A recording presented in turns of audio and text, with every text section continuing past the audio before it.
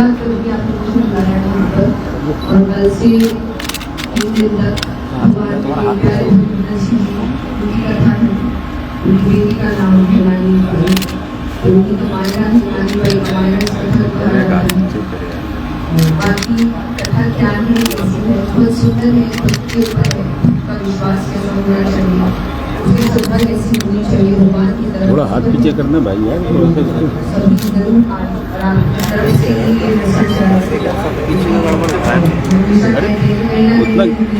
ब्राह्मण दे दे यार, थोड़ा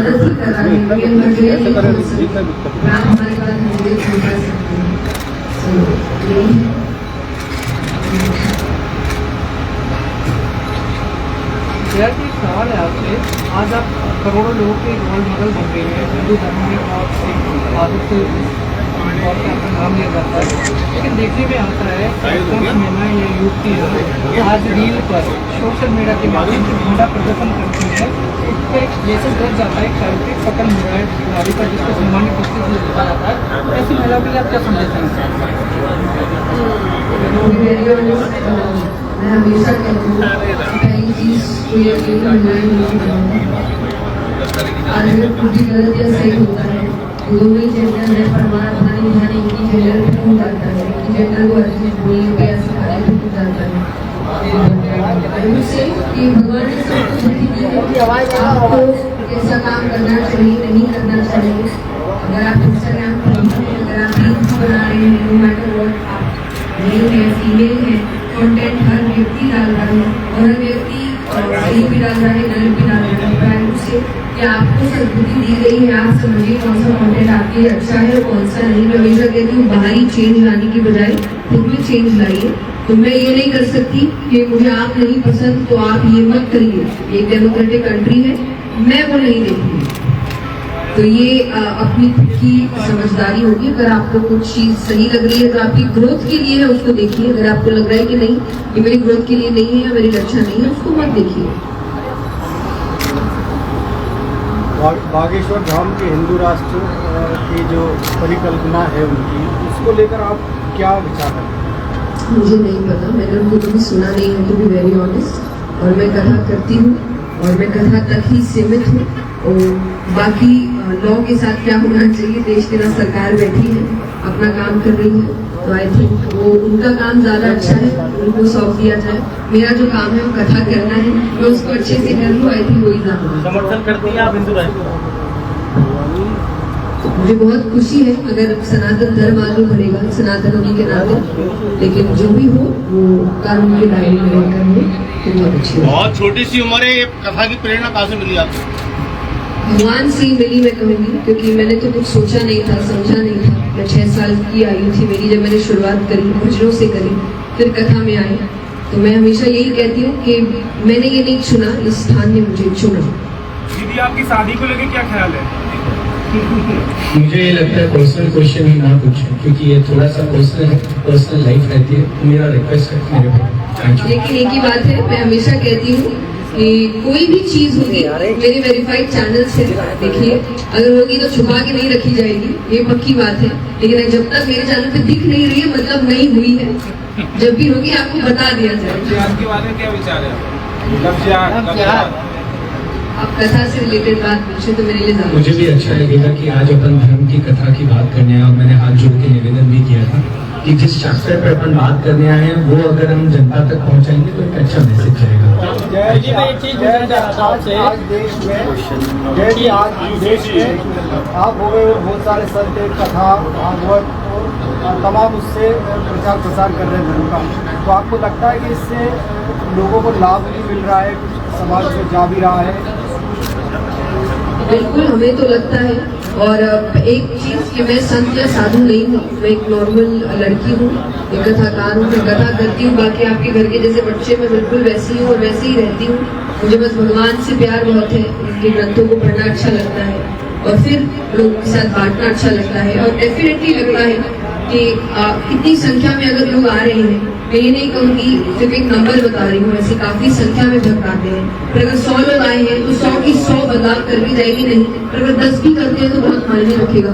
तो 100 में से 10 भी अगर उन बातों को अपने जीवन में उतार लें तो चेंज आ सकता है। तो हमारी कोशिश यही है कि आए और जो मुझे लगता है कि जैसे जैसे संख्या बढ़ रही है, आ रही है, उनको बातें अच्छी लग रही है, हेल्प हो रही है, कभी कभी मनुष्य इतना स्वार्थी, अगर उसका फायदा नहीं होगा तो वो उतना समय नहीं देगा। तो दीदी मैं एक चीज़ पूछना चाह रहा था, इस कथा के दौरान 3 दिन के समय में जो लोग जो आपके भक्ति जो गीत जो आपने पहले गाए हैं जिसके कारण लोकप्रियता लोगों के अंदर बहुत ज़्यादा है, तो क्या ये 3 दिन के समय में एक आध लोकगीत है या गीत आपका जो भजन है वो आपको सुनने को मिलेगा? जितना कथा में एक नहीं, बहुत सुनने को मिलेगा। नहीं, पुराने जो गीत हैं जो आपके बहुत ही ज़्यादा लोग पॉपुलर है, जैसे विट्ठल वाला जो भगवान जी का जो भजन आपने गाया था। मेरी कोशिश है कथा की की तरीके से चलती है, कथा से रिलेटेड जो भजन होते हैं वही आते हैं, तो मुझे नहीं पता, पर मेरी कोशिश रहेगी कि जो भी भजन हो आपको अच्छे लगे। बहुत भजन गाए हैं और उन सबको एक ही कथा में डालना पॉसिबल नहीं होता है, तो कथा से जुड़े हुए जो भजन होंगे वो जरूर गाए जाएंगे। उससे अगर बाहर की कुछ होगा तो आए हो तो वो भी इस कथा में आएगा कि आप मेरा है आदि पुरुष को जो कंट्रोवर्सी उसको लेकर आपका क्या कहना है, और धर्म से जुड़े मामलों पर जब कोई पिक्चर बनाई जाती है तो क्या सरकार को एक अलग से गाइडलाइन तय करनी चाहिए, खासकर सनातन धर्म को लेकर? सरकार जाने आपका क्या नजरिया है? मैं यही कहती हूँ हमेशा कि आप जो भी देख रहे हैं जरूर देखिए, लेकिन शुरुआती जो नॉलेज है, नॉलेज आप ग्रंथों से लीजिए।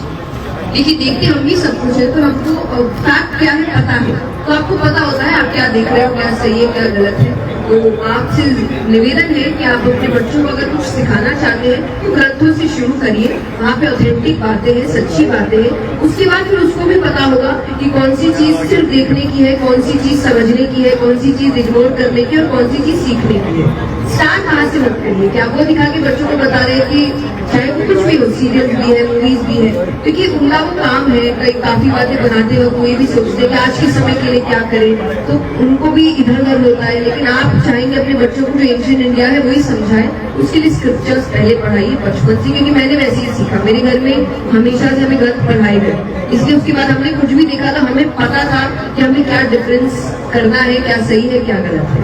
और एक जरूर कि आप कुछ भी बनाते हैं तो उसमें एक मर्यादा हमेशा होनी चाहिए, क्योंकि भगवान से श्रद्धा जुड़ी है लोगों की, तो वो उनको शायद इस बात से ठेस पहुंचती है। बाकी उनको कोई इतना नहीं है, उनको ठेस पहुंचती है कि उनके भगवान को इस तरीके से नहीं देख सकते, उसका थोड़ा सा ध्यान। आप यूथ आइकॉन हैं और आपको बड़े लेवल पे यूथ देखते हैं, और जो यंगस्टर है वो भी आपको बड़े लेवल पे फॉलो करते हैं, और आजकल यंगस्टर है नशे की तरफ बहुत बढ़ रहे हैं, तो उनके लिए आपको क्या मैसेज है? और आप ऐसा कर सकते हैं कथा आप जहाँ भी करें वहाँ कथा के साथ साथ नशा को छोड़ने के लिए, नशा मुक्ति के लिए आप मैसेज दें, आपको बड़े लेवल पे लोग सुन रहे हैं, तो वो उस दिशा में बिल्कुल हम कोशिश करेंगे ये चीज करने की। लेकिन मैं हमेशा कहती हूँ कि आपका फाउंडेशन स्ट्रांग होगा तो आप भटकोगे नहीं, तो हम फाउंडेशन का काम कर रहे हैं, आपको अध्यात्म से जोड़ रहे हैं। अध्यात्म से जुड़ेगा तो इंसान अपने आप ऐसी जगहों पर भटकेगा नहीं, लेकिन फिर भी हम कोशिश करेंगे कि हम ये मैसेज स्पेसिफिकली अपनी कथाओं में। धर्म अध्यात्म की बात हो या सनातन धर्म की बात हो, जब अभ्यास होते हैं या भगवानाचार होते हैं, जो परीक्षा हमारे हैं उनको हमेशा एक उपाधि से विभूषित किया जाता है, जैसे महामाता देवी जी, गोरी माता जी, आप हमेशा जय कुमारी बनी रही है और अभी जय कुमार है, क्या आप चाहते हैं आपके आगे कोई विभूषित किया जाए, आपके उपाधि लगाई जाए, बताइए। जैसे मैंने कहा मैं नॉर्मल हूँ, मुझे अच्छा लगता है कि मुझे ऐसा लगता है कि जब उन्होंने भी कहा कि यूथ आपसे कनेक्ट होता है, यूथ बहुत आता है, वो इसीलिए आता है क्योंकि वो देखता है कि कोई बैठा है जो हमारे जैसा है, जो हमें ज्यादा अच्छे से समझेगा। इसलिए मैं हमेशा कहती हूँ ना तो मैं थी ना हूँ ना आगे रहूंगी, ये साधु संत साधु बिल्कुल नहीं, मैं एकदम साधारण लड़की हूँ और इसीलिए जया किशोरी ही रहेगी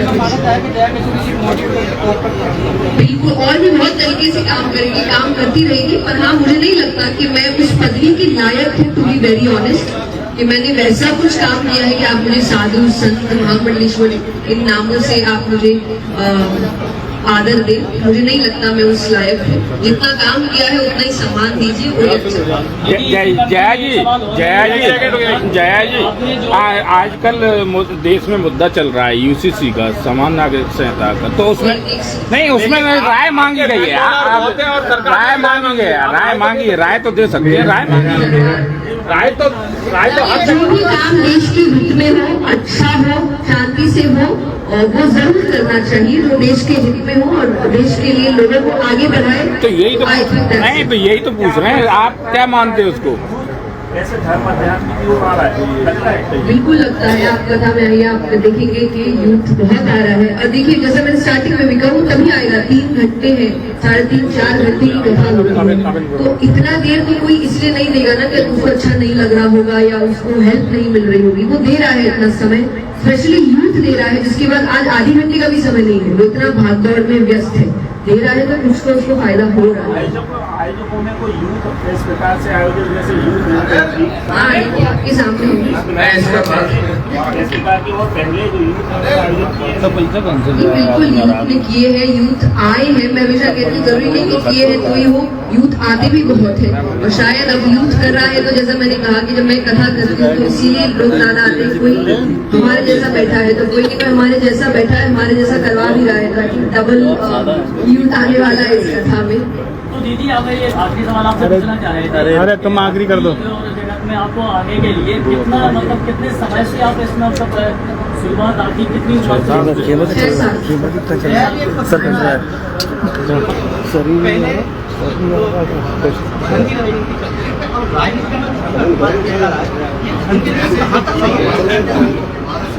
नहीं, मैं हमेशा कहती हूँ कि आप धर्म के साथ राजधर्म की जो सीख है वो लेकर आप राजनीति करेंगे तो ज्यादा अच्छा होगा। क्योंकि मैं हमेशा कहती हूँ, राजनीति गलत नहीं है अगर कृष्ण सी करी जाए तो। क्योंकि पूरे महाभारत में कृष्ण जी ने राजनीति ही करी है और कुछ नहीं करा। तो आप कृष्ण सी राजनीति करिए तो युद्ध जीत जाएंगे, दुर्योधन सी करेंगे तो हार जाएंगे। बिल्कुल ख्याल है। एक और क्वेश्चन लास्ट, काल मार्क्स ने कहा है कि धर्म जो है अफीम की तरह है, इसे आप कैसे मानते हैं? मैंने सुना नहीं है तो आई थिंक, जो मैं सुनती नहीं तो मैं उस पर ओपिनियन नहीं दे सकती। मेरा निवेदन है कि हमारे कुछ प्रिंट मीडिया के साथ हुए कुछ सीनियर है, थोड़ा सा हम उनको भी समय दें, क्योंकि वो प्रिंट मीडिया के सभी, और मुझे लगता है कि जितने तीखे अच्छे